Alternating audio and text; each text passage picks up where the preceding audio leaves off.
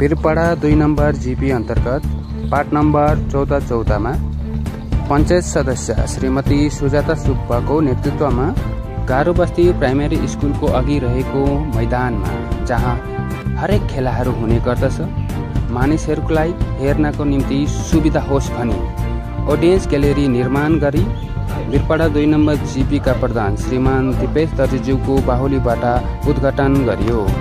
यस उद्घाटन कार्यक्रममा Birpara 2 number GP का अञ्चल प्रेसिडेन्ट श्रीमान विष्णु घतानी, युवा प्रेसिडेन्ट श्रीमान विशाल मोक्तान र स्थानीय पञ्चायत श्रीमती सुजाता सुब्बा र अन्य टीएमसी कार्यकर्ताहरू उपस्थित थिए। सर्वप्रथम नमस्कार भाइलाई। धेरै खुसी लागेको छ। आज धेरै खुसीको दिन छ। मेरो कार्यकाल यसो सबैलाई थाहा छ 2023 मा सुरु भएको हो। त्योभन्दा अगाडि हाम्रो गाउँमा थुप्रै पञ्चायतहरू छ। यसो त पञ्चायतहरू गाउँघरको डेभलप गर्नुलाई नै गाउँघरको डेभलप गर्नलाई सोचेर भोटमा आउँछ।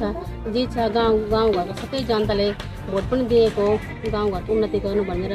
तर मलाई लाग्यो कि गाउँमा भएको छैन, जस्तो हुनुपर्ने उन्नति त्यस्तो अहिलेसम्मको गर्नु सकेको छैन पहिलाको पञ्चायतले भनेर म पनि त्यो नगरेको कामहरू मबाट के हुन्छ कि र मैले के गर्नु सक्छु कि उनीहरूभन्दा अलिकति राम्रो बेहतर त्यो सोचेर म पनि यसो अब लागि अगाडि बढेँ र मैले पहिला मतलब बाटो नाप सबैले बनाउँछ, तर यो ग्यालेरी भन्ने जिनिसहरू यस्तो ठाउँहरू अहिलेसम्म भएको छैन।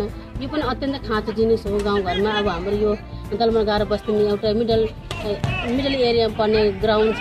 यसमा पुरै नानीहरू हाम्रो गाउँका नानीहरू खेल्छन्, सधैँभरि खेल्न आउँछन्, मान्छेहरू आउँछन्, धेरै दर्शकहरू यहाँनिर आउन रुचाउँछन्, खेल्न रुचाउँछन् नानीहरू, त्यसै दर्शक पनि हेर्न रुचाउँछन्।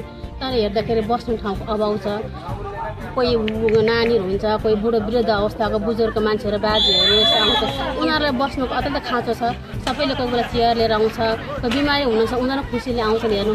उनीहरूको ध्यानमा राखेर र गाउँघरलाई पनि यसो डेभलप होस्, उन्नति होस् भनेर यो सोच लिएर हामीले यो ग्यालेरी चाहिँ यहाँ बनाउनै पर्छ सोचेर हामीले यो बनायौँ। यसको लागि मलाई हाम्रो जिपीको प्रधान दिपेश दर्जी भाइले धेरै सहयोग गर्ने भयो, उहाँलाई धन्यवाद गर्न चाहन्छु। साथै यो काम गर्नको लागि मलाई अब हाम्रो टिम हाम्रो पार्टीको भाइ सबैले नै सुझाव गर्नुभयो। त्यसर्थ गाउँको समाजसेवी दाजुहरू पनि छ, उहाँले पनि सुझाव गर्नुभयो र सबैको प्रयासले र मेरो पनि प्रयासले सबैको प्रयासले आज यो राम्रो काम हुनु गइरहेछ र भयो र आज यसको उद्घाटन गरी हामी सबै पार्टीको दाजुहरू मिलेर अत्यन्त खुसी लागिरहेको थियो। यस्तो कामहरू मलाई यस्तो कामहरू आउँदैन, मैले अझै गर्न पाऊँ यही चाहन्छु। अनि यस्तो कामहरू मभन्दा अगाडि गरेन, आउँदैन गरोस्। अब यसको पछि लगत्तै हाम्रो गाउँमा पार्ट 54 बाटो बनिँदैछ एमएलए दाजुको आशीर्वादले साथले र हामी सबैको प्रयासले कोसिसले हाम्रो बाटो एकदम जर्जर अवस्थामा छ। यो बाटोलाई नै हामी परिरहेको छौँ। आज उद्घाटन भयो र आज उद्घाटन भयो र छिटोभन्दा छिटो हाम्रो यो बाटो उद्घाटन होस् भन्ने इच्छा राख्छु। यस्तो काम म भविष्यमा अझै गर्न चाहन्छु। सबैको आशीर्वादले यही भन्न चाहन्छु। धन्यवाद।